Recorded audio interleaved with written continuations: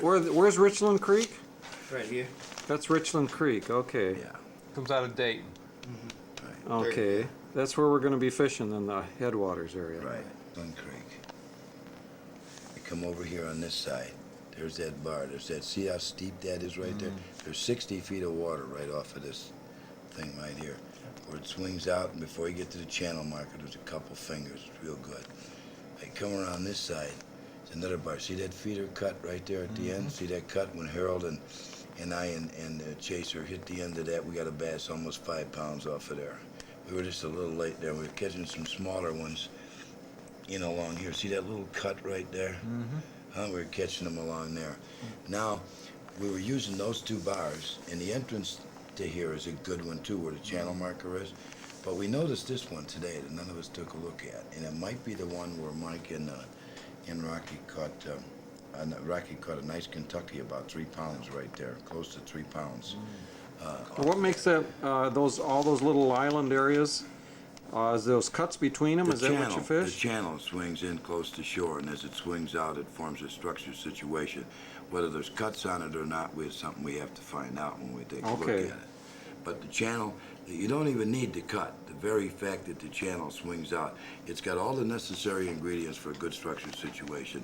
The deep water, the winter position, the pre-spawn position, the spawn position around those islands right there, you see? And then the structured situation where it swings out and forms a bar. Okay, so now if that's going to be something that's taught the next couple of days, how far would you work? Of course, you don't know it for now, but would you work the whole thing or just the top part of it there? This bar here, I'd take a look at the whole thing. The whole thing. Look at the whole thing. Okay. Yeah.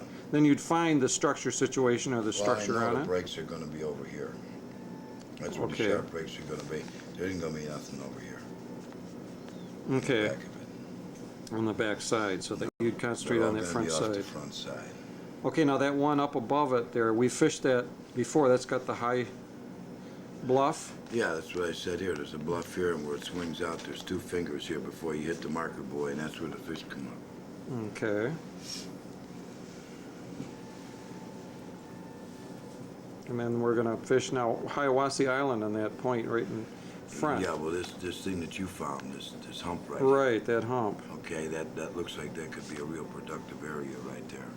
Okay. The channel swings right by it. Yeah. And you got some structure over here Over too. there too. Yeah, this. Okay. That's probably above water, but we'll That's see. a good looking area. Whether we can get to all of that with our students, we don't know. Yeah. It's a pretty good long run.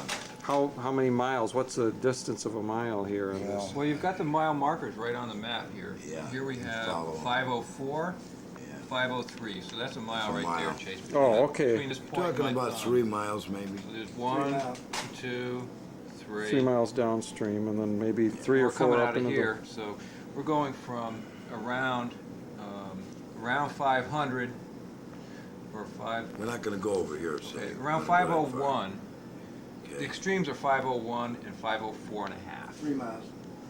Oh, that's not so bad. And then We're that's coming down maybe here, 2 to too. 3 miles out of We're the. coming Well, down then to we're the coming creek down too. here. Yeah, so Oh, that one there, yeah. We're fishing. 506 and a half. We're probably fishing, what, a 6-mile radius or something like that. Okay. About 6 miles of water, which is fine because we got such big bars. When you see this one, Barry, it's about 600 yards long. It's like 6 600 yards football long. fields. Yeah. It's a big old guy. This is a big one too, but that one, that's got 2 spots. That one cut there and the one feeder down at the end. And I fish on both ends of it. Now what he was talking about, Roy, that's why he's going to be in for a shock. He was talking about the bass getting back up here where that slot is in the spring. Very possible. Yeah. But there ain't nothing back there right now. He don't know what's out in front. What do you mean, no, it's on the front? He thinks that everything leads to this thing back here, this slot. Yeah. When the low water goes down, he can see where that thing trickles out into the channel. You understand what I mean? Yeah. He doesn't really know what structure situation is along there. So we're gonna along here or here. We're gonna shock him tomorrow the next day when we take him out there and show him. Just Campground? frost. Right there. Yeah, okay. Where's the bay that we put the boat in? That's right here. Okay, we come out right here. There's some bars right here too. Yeah, there's Right one at over the interest there. and right there somewhere. Yeah, right there. Yeah. Anyway, when we come out from the campground, straight out from the campground, you see that thing right there that looks like an island? Yeah. See that thing right there? Yeah, and all the That's trees. the thing with the trees sticking up. Right. Now, when I asked the guy at the steering wheel, you guys ever fish over there? I said, Rocky and I caught 25 bass over there this morning. He says, that's nothing but a big flat over there. I said, pardon me? That's nothing but a big flat. I said, the river channel comes out. How do you know that? I said, the channel markers are there. Well, all I ever find there is a big flat. I said, because you're not used to looking for a 9 or a 10-foot or 11-foot break line.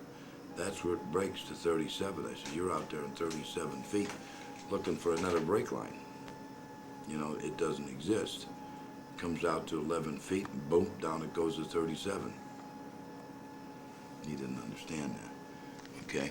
Now that's one of them that we're going to use. Now as you come out of the boat dock, let's see, you come out of the dock and you come around to this point right here. There's a good shelf out. Now you need an 800 or wire to hit it. But there's a steep shore right here. See how the channel comes here?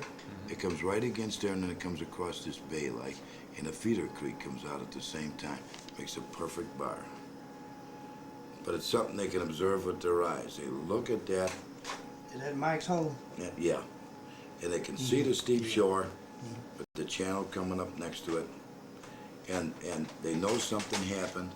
It's just like we were talking before, just by watching the shoreline. The steep shore is over here, then the steep shore is over there, then the steep shore is, you can see where the channel cut across and hit over here and then went back over there and hit there and then went back over there and hit there, just by looking at the steep shore. So they can refer to the steep shoreline there, okay? All right. Now, And it comes right out from here. yeah, right in there. That little feeder comes right out along the side there, and it comes out. You know, the main channel comes this way, Yeah. and it meets right there. The feeder and the main channel So there's meet a right shelf there. that And it's reaches about out? 20. I believe it's about 25 to 27 feet, something like that. No, it couldn't be that deep. Well, it's not that deep, because I was hitting 21, it with, 21, right? Yeah, we was hitting it with a 700 on long line. Well, yeah, or an Yeah. 800 on the shorter Yeah, line. yeah. Yeah, okay. But not on wire though, on mine. No, No, no, we we didn't. didn't have any wire with us that day. We were hitting it, and Mike took a nice bass off there on the first A pass. couple of nice bass. on Yeah, on that one day, he took one on a 3-pounder on the first pass. Were you making your runs from the deep water here across? No, we were coming this way We're when we coming hit this it. way. Mike had some pretty good line sights. He Yeah. knew where to hit it. He had caught some nice fish there before. All right, that's the second place, okay? Then we're gonna come down the lake past here. Where's the power plant? Here's the power plant. Back in here is 3 big pilings and a big light. They used to park the barges there, the creek arm coming out. The main channel comes right along that shore. You can see it there, right? Okay, see it there? Yep. See where it swings out away from the shore? Yeah. It forms a structure situation coming. It's all shallow up in here, inside these pilings. They used to park the barges right there, okay? And the little creek channel comes out and joins the main channel, which sweeps there. It forms a perfect little bar there. On the upstream side. Well, that's not showing it right. Let's see how the other one shows it. Let's see how the other one shows it. I'm not showing it right, because that ain't how it is. Yeah, we're gonna have to go down this way a little bit. Where am I at here? No, over here. Okay, we're gonna be Where's Chester Yeah, Frost? okay, here we are. Here we are. around here, right? Where's Chester Frost? That's way down over here. Here it is. Okay, here's that Dallas Bay that we got. There's that bar. See it sticking out right there? Right there. Yeah, okay. There's one on this side too? Yeah, there's one on this side too. See it right there? Yeah, right there Okay. and right there. Is there one over here also? Yeah, there's one on both sides with a saddle in between them. Deep water on both sides of it. And you come down over here to Mikey's spot. And that should be right here, right here. Right there. That should be Mikey's spot, right there. All right, then we bypassed all of this stuff because we don't want too many feeder cuts. We didn't even look hideout, so right in here, what does that say right there? Can you read that? Right there. Mm-hmm. It says Denny, Bluff, Light, and Daymark. But these are those two islands we were looking at. Okay. So yeah, it was right in here where you were talking about where the barges used to park. I think so. I don't think it's this one. No, this right here underneath my pen point. Yeah, okay. Well, that's where the bar is, anyway. Okay? Mm. That's the bar. And then the creek channel comes this way, and the bar comes out like just like you see it. Mm. Okay? Then we've got the riprap over here, where the channel cuts in over here. See where it comes in close? On Got this some side? riprap, yeah, by the thing. Nuclear plant. So that's four pretty good obvious structure situations. The island, Mike's spot, it can all be reached with regular no-bow line. That spot by the power plant, and that other spot where they used to park the barges. Okay, and you can't miss that one because of When great you said big the island, piles. which one did you mean the island? The island is straight out from Chester Frost Campground. That's where you Okay. and I fished. Oh, that one, there. yeah. Yeah, Yeah. where we fish. Yeah. Okay? We had a class in '95. Mm-hmm. All right. Now this one you have circled here, I've seen that. That's a very sharp That's cut. that feeder cut that's in front of that doctor's house. Mm. Okay? Then you come around here on the, down in here, and you got that big long one in here. See it right there? Yeah. A big long one coming down in there. There's another one on the back side here somewhere. This big long one's a good one too. How's the other one at? I guess there isn't another one, but I know this one's there. This is a good one by the doctor's house. That's a good one. This is a real nice map. Where'd you get this? That's a Fishing hotspots hotspot. map. Yeah, hotspots map. You sent away for it? They're not mine. It's Harold's, I guess. Rocky's got one though at Chickamauga. Same thing. Rockets. Yeah, Yeah. yeah. They're smaller. Not that there's anything wrong with those over there. They're fine. Good structure. Yeah.